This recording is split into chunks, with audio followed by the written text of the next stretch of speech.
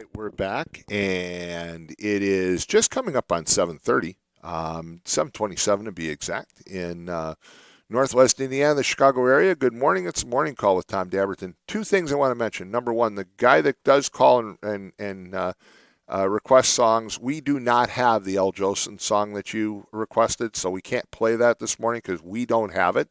And secondly, a caller called in, I think it was last week, and asked me a question about can illegal immigrants get mortgage loans?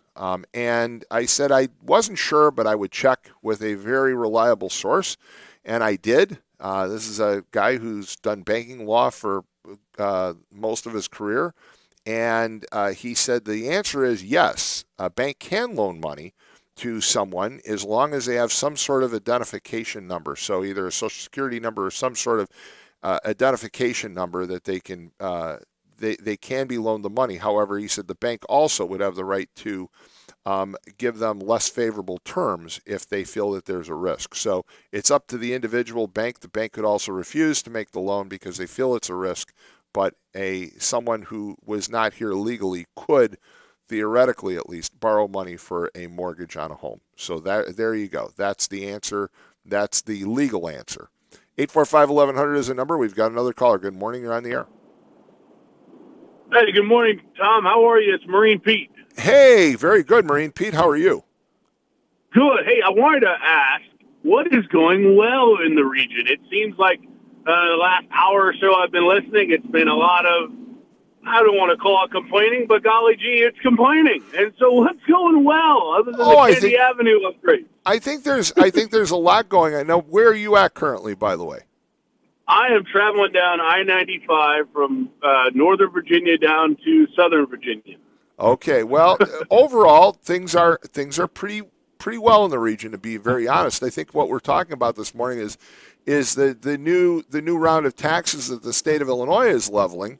And of course, some people, Mad Max said, don't come here if you're moving from Illinois. But there are a lot of people that are actually running across the line from Illinois to Indiana because of the high taxes. So I guess one of the things is that it's cheaper to live here than it is in Illinois. I think that would be one of the top reasons. The other thing is that now, I don't know how you are with the heat. I enjoy the heat, so I've loved the temperature the last few days, but it has been really, really hot in the region. But let me ask you this, Marine Pete. What did you think of the mission to Iran? Well, I got to stay, unbiased here, because Yes. I'm an active duty military member. It's always great to go home and have a great meal, right? It's when mom's cooking's the best, right? Right. And so it's nice. It's nice to have some home cooking, if that makes sense. And it's always whenever you can flex your muscles in the mirror and it looks good, you got that good horseshoe in your bicep. Hey man, things are looking great. So take that for what it's worth. Commander in chief, we have a great commander in chief. And I would argue that we've always had a great commander-in-chief because we've always had a great military. And what does a good worker do? What make his boss look good? And golly geez, there's no better boss because there's no better military in the world. So we make our boss look good every day. And no matter who that boss is, we make them look good. And I beg to argue with anybody who doesn't say that our military isn't the best military in the world.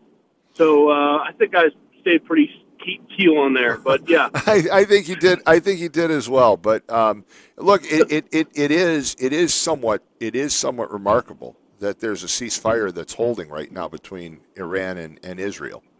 I mean, it leads me to believe that these claims that there wasn't significant damage to those underground facilities in Iran, that it leads me to believe that those rumors are not true. That there had to be some pretty significant damage for the Iranians to come to the table so quickly.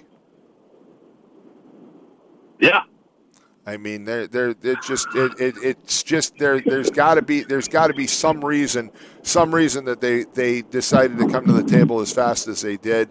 In the past, they usually have refuted and rebuffed any efforts to sit down, and they seem to be going in the opposite direction. So maybe just maybe we will see some lasting peace in the Middle East, because the Middle East has been a sore spot, not just for the United States, but for the entire world for many, many decades. And, it's a flashpoint that could pull us into a much bigger war. And so let's hope and pray that we don't have to use the greatest military on earth. And again, on behalf of everybody, we thank you for your service.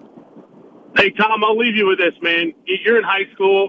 All right, go back to the days when you're in high school. You're having a pep rally, okay? Mm-hmm. And you need someone on the faculty to do a speech at the pep rally, okay? Are you going to pick the 90-year-old English teacher, or are you going to pick the 30-year-old football coach that's a firecracker? You're going to pick the 30-year-old football coach, right? And he's going to rally the forces, and that's going to be a great pep rally at that high school, okay? I think you're reading between the lines right now, okay? So we've got a great pep rally going on at the high school, and so it's a good time to go into the homecoming weekend. So, but anyways, I digress. I really miss the region. I always I love that you go straight to the phone calls after the breaks. You don't do all that minutia, and you're doing a great job. So keep up the good work, Tom. Thank you. Well, and next time you're around, please stop in. We'd love to have you on again. I got the pleasure of having you on about a year and a half ago. So next time you're here, please come in.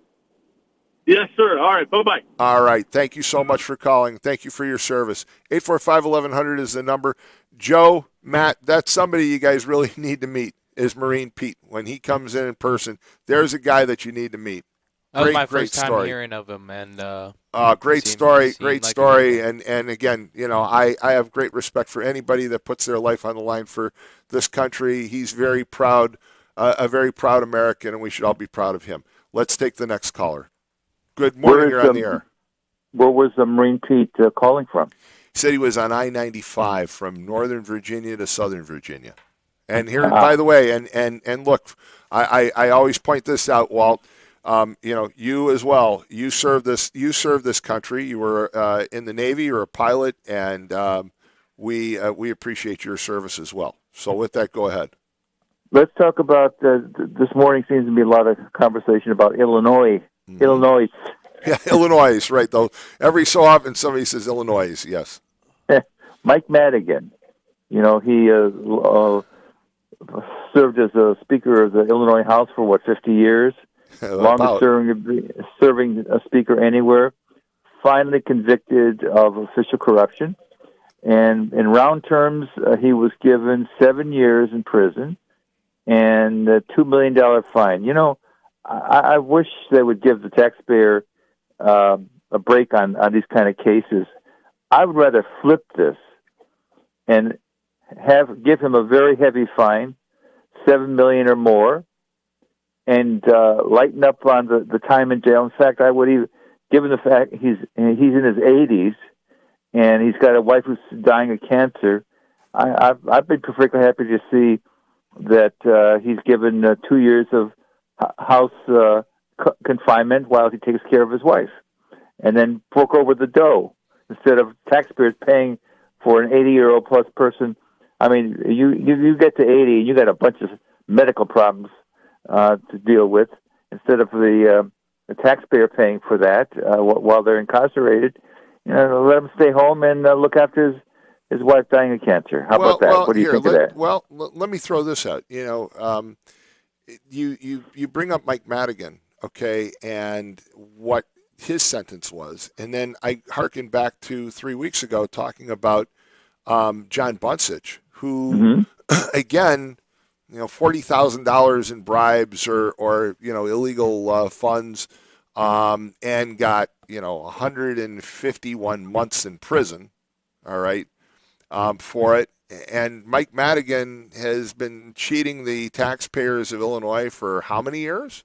50 years. I mean, the guy, it was a joke. Remember when wasn't his daughter the state's attorney at one point in Illinois? I mean, it was kind of, or attorney general. I'm sorry, attorney general. I mean, it was kind of a joke. I mean, I remember people.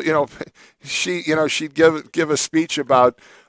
She was going to crack down on government, all these corrupt politicians, and then somebody would make some comment and everybody would laugh, and they'd say, "Well, what about your dad?" And they'd all have a good laugh, and then she'd walk off the stage.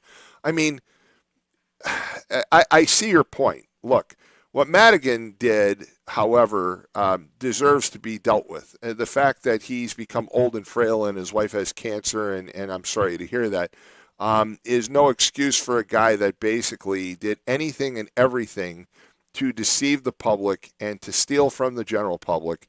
And when you look at some of the the things he did, I mean, it's almost like racketeering. I mean, where he would fix zoning cases and building permits and everything else. You either went through him or you didn't get the permit.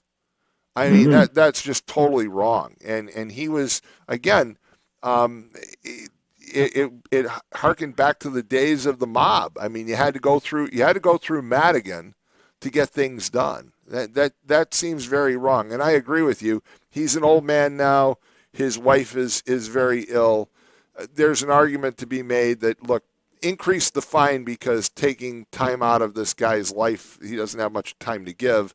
Right. But you also have to set an example. And it, again, raises this issue about equity in sentencing when it comes to some of these politicians. Look, the former mayor of Whiting, who I knew extremely well, didn't get any time.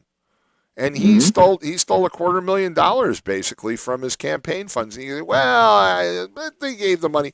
Look, I gave money to his campaign. I didn't give money for him to go gamble. That wasn't the reason why I gave money. I gave money because I thought he was doing a good job. So I did support him. And I never said that he could go and pocket that money and spend it on on his gambling problem. So, but what does he get? He gets home confinement and community service and some fines. And then you've got a guy like Bunsich who goes to prison. George Ryan is another one. They put him in prison forever. He was frail. He was ill. His wife died. All the same arguments that you can make on Madigan, yet they didn't give George Ryan a break. So I don't know. There needs to be a look at an examination of fairness in some of these sentences, because there are some individuals that have been convicted for political purposes in Indiana and Illinois that have gotten the book thrown at them, and there are a lot of them who have gotten nothing. I think back of Rudy Bartolome. Rudy Bartolome was the sheriff in Lake County. I don't know. Were you living here? Do you remember him? Oh yes, I met him. So Rudy Bart. I mean, my first recollection of Rudy Bart, I was at the Lake County complex, and I knew Frank Stadola and Steve Corey, county commissioners. And they said, come on, we're going to buy a cup of coffee in the cafeteria. And they took me down to the cafeteria, and we're sitting there, and here comes Rudy Bartolome. And Steve Corey says to me, Tom, did you ever want to be a deputy sheriff? And I said, well, no, yeah, sure. And he said, okay, you got a $20 bill? And I said, well, yes, I do. He says, well, give me the $20 bill for a minute. He said, don't worry, you'll get it back. You'll get it back. And then he calls over Rudy, and Rudy comes over. He goes, what do you want? And he said, well, Tom wants to be a sheriff. And Rudy says, raise your right hand. And I raise my right hand, and it's this joke and the $20. And he takes the $20 bill. He sticks it. By the way, I'm like 23 years old when he does this. He sticks the $20 bill, folds it in half, sticks it in my pocket, says, raise your right hand, swear after me. And he says, there, look, see, you have your badge. And he goes, now that'll cost you $20. He took the $20.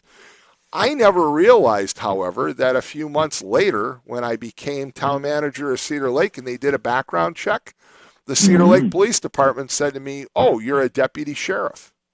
And I said, no, I'm not a deputy sheriff. And he said, and the police officer said, well, yes, you are. You're on the rolls as a deputy sheriff. And he pulled up the information. I mean, look, wow. That's the way things were. But then Rudy Bart turned government witness. He got off, on his sentence, and they ended up basically relocating him to Hawaii. And then he finally got tired of being in the witness protection program and became a real estate agent in Hawaii. So, where is the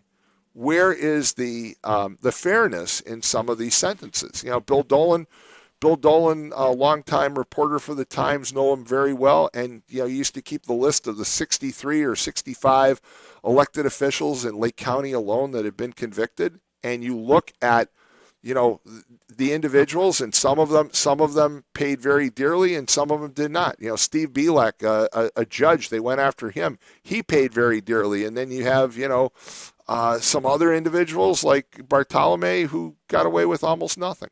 So it just depends. Well, what I'm arguing for is that when you have people as old as Mike Madigan or former Sheriff Buntich, you put them in the slammer at advanced age, and it is very costly to maintain those kind of people. I agree. And I would rather see heavier fines, lesser time. Well, and again, there's some argument to that. There is some argument because, once again, if they die in prison, it's just going to be very costly. And I see your point, and their health is deteriorating, and we're paying for it. But at the same time, you have to have that deterrent. So I appreciate the call. Thank you, Walt. Sure.